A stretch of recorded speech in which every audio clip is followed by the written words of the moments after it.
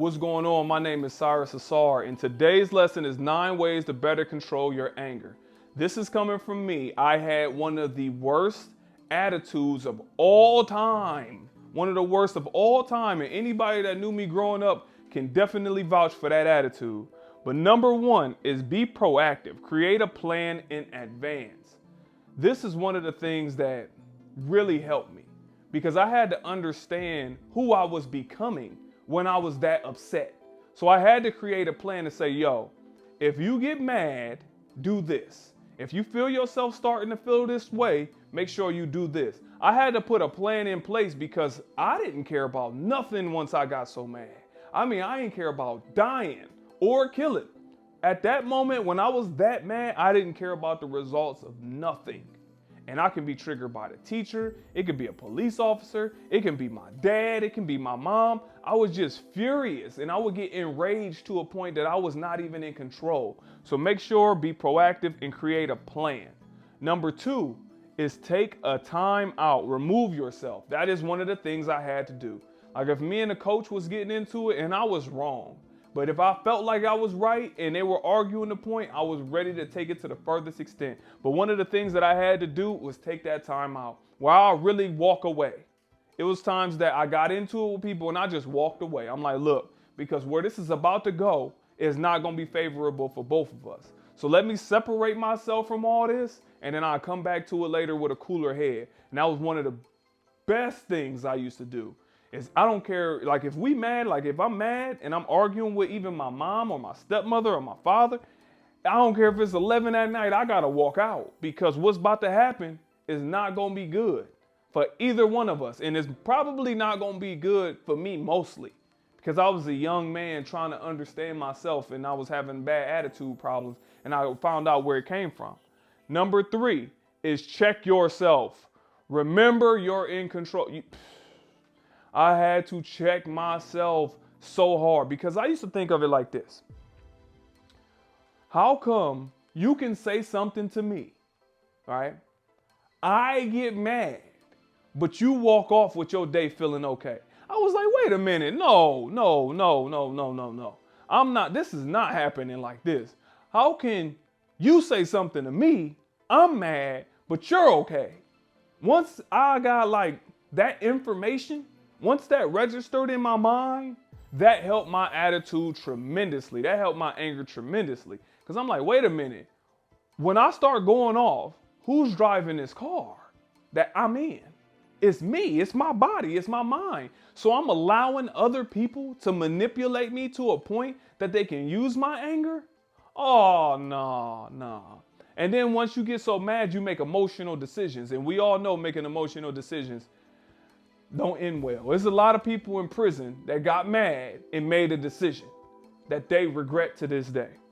Number 4, exert angry energy. Put it into exercise. So one of the things that I used to do if I got so mad is I just go run. I go jog. Or you can go hit the bag. Or you can play basketball and play aggressively far as like if you're shooting around by yourself like me. I would go ahead, shoot, run, sprint. Go get the ball, shoot, run, sprint. And I'll run out or exercise out that energy.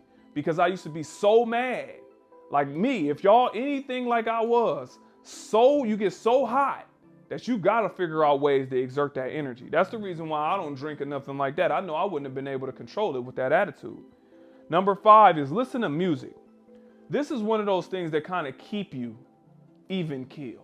So keep certain music in your ear that's going to be, calming or relaxing or give you perspective or whatever. Something that you can learn from, something that can not incite that anger. You don't want to listen to something angry inside the music when you're in a good space, because that can provoke you to be angry as well. Now, it's different if you listening to this from a relatable standpoint, because I don't want you to say, I'm not getting rid of all this music that's aggressive, so keep it. I'm saying if you listen to it from a relatable standpoint, you feel like this is your release, then do that. I can't monitor your music. It's your choice. I'm saying listen to music, and if that help you, stick with it. Number 6, find a way to laugh. When I was upset, I'm going to keep it extra real.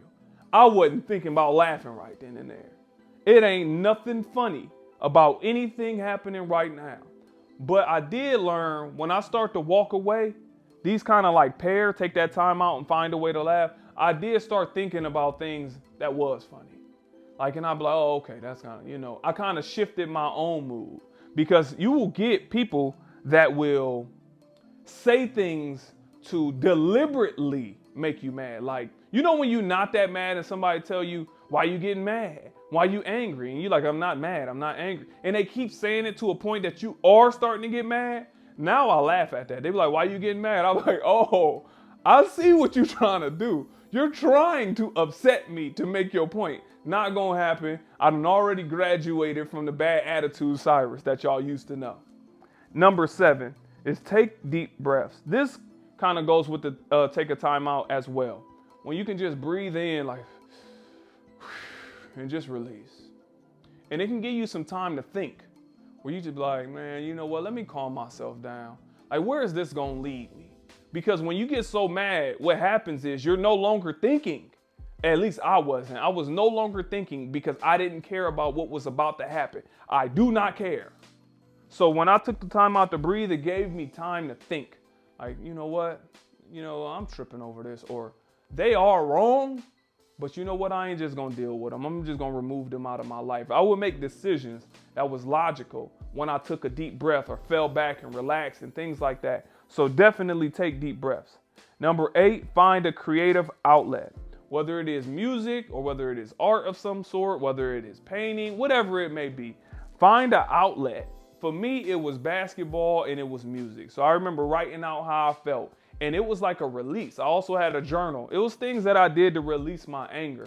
I used to write about how I felt. I used to do music about how I feel, because I was going through a lot. My brother was locked up. My mother was on drugs. My father was selling drugs. It was a whole lot in my young life, to a point that I couldn't manage it. So I would lash out at people that had nothing to do with my life going bad. The teacher at school had nothing to do with my brother being in prison, but yet I took it out on that teacher just because I didn't answer something right and they got on me. So that wasn't right of me at that young age, but I couldn't handle it. And the last is talk to someone that can help, because you can talk to somebody about how you feel and they can make it worse. You're like, man, I should have never talked to this person. They ain't doing nothing but making it worse. Have you ever had to have an outlet to somebody, or you use somebody as an outlet and they start arguing with you? You're like, man, you know what I mean? Like, I'll choke you. That's the way you will feel. But talk to somebody that can be a release valve. Whether it is a friend, a family member, a professional of some sort, a life coach, a psychologist, whatever, whether you in school. For me, it was one of my brothers. It was my brother Marlon. I used to talk to him, and he used to be like a release valve for me, because I can get it all out uninterrupted. He would not even interrupt me, and then he would give me insight on the way that I was thinking, and that helped me tremendously. So here go 9 ways to better control your anger. I hope it helped y'all, because me, man, I had one of the worst attitudes of all time. And if you are anything like me, I know these things help me. And I got a question real quick. What are the characteristics in finding someone to talk to? Well, the question was, what are the characteristics in finding someone to talk to? It will be, who have you talked to in your life that y'all have good communication with? So for me, it was my brother. If it's somebody that, like, let's say one of your friends, and every time you're around this person, you feel good, or you feel like you can open up to them, or you discuss things in the past with them that make you feel comfortable. So that's what I would say. Look at the characteristics of people you've talked to that made you feel better after you got done talking to them. Or you can look for people that you know got level heads, where you can look at a principal or a teacher or a coach or somebody that you know is even keel, and you be like, man, I wish I can kind of react the way they react. Pull them to the side and have a conversation with them about, man, you know, I'm having a hard time with my attitude.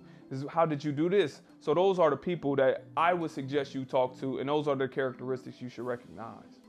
Any more questions? Thank y'all for taking out the time to watch this video. Please like, share, and subscribe. If you want to get a shirt or a hat or a book or anything like that, you can do so in the description box below. Also, keep reaching out to me on social media. Really, it's Instagram. I really appreciate y'all's inboxes, y'all questions, y'all topics, everything. I really appreciate that. Continue to do so. Thank you once again.